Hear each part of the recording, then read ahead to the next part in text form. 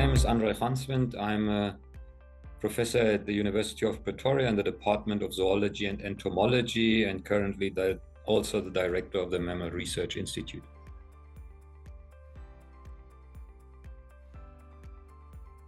I didn't have a very clear vision of what that workshop might entail, apart from the fact that it's for improving management purposes, put it this way. At the end of the workshop, I would say that the approach was much more inclusive and multifaceted than I would have thought. In addition to some of the, I think, more general management tools and approaches in those type of workshops, it had a different angles towards it, because the participant or the group of participants were quite diverse. To have an inclusive approach to everyone, it was often a bit more broader than let's say classical streamlined management course.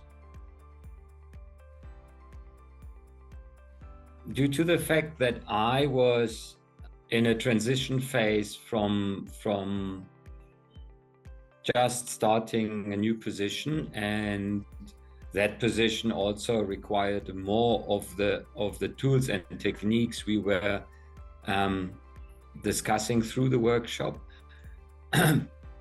I think that those events where we were just either talking about of what we are getting out of the workshop, or how we see certain things going into the future with immediate, medium-term and long-term effects and all of that, I think those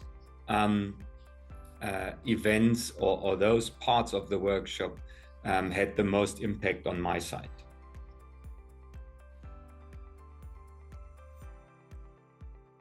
In the workspace, what I often try to, let's say, not apply, but to remember is we had a part where we were trying to identify what type of line manager you are.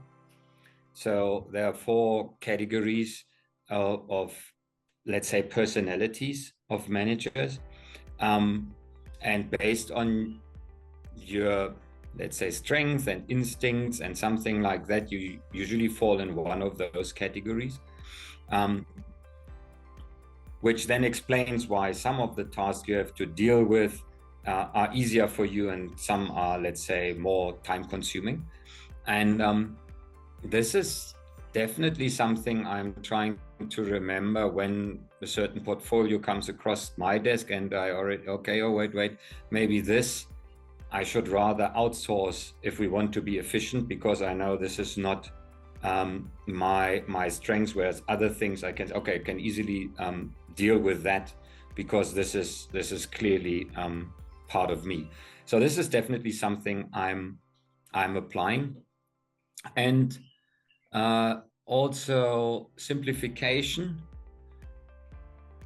of complex tasks, and then basically climbing Mount Improbable in little steps.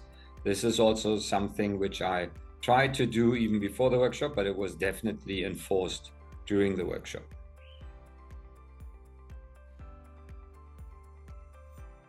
It would be a person capable of understanding the broad narrative of that field in science he is currently looking at, and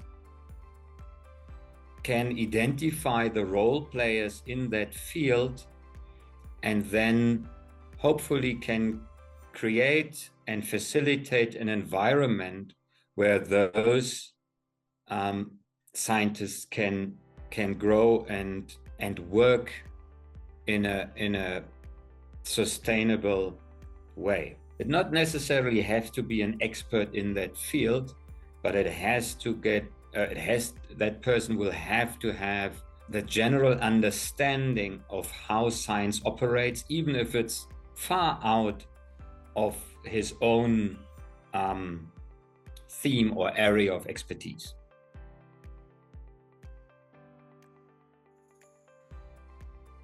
Science in Africa has a particular way, and in the past it was often neglected, or it was seen as the junior partner in bigger approaches.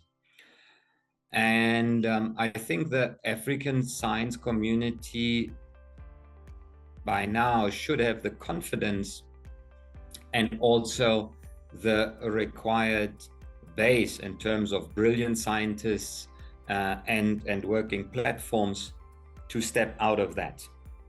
So I'm convinced that for certain projects we can be easily and should be the leading force.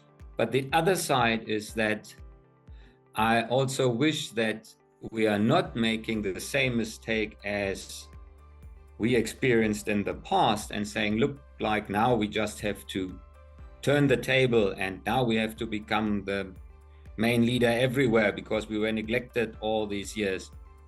But rather going away a step further and still being inviting other countries and areas to do things together, being better than the past, because a lot of the critical problems, the wicked problems we have to deal with are global problems. It's not African problems, it's not European problems or whatever, northern, southern hemisphere problems. It's global problems. And even if we're leading in some, we need all the strength and force and brilliant minds together to solve them, or finding paths to hopefully solve them.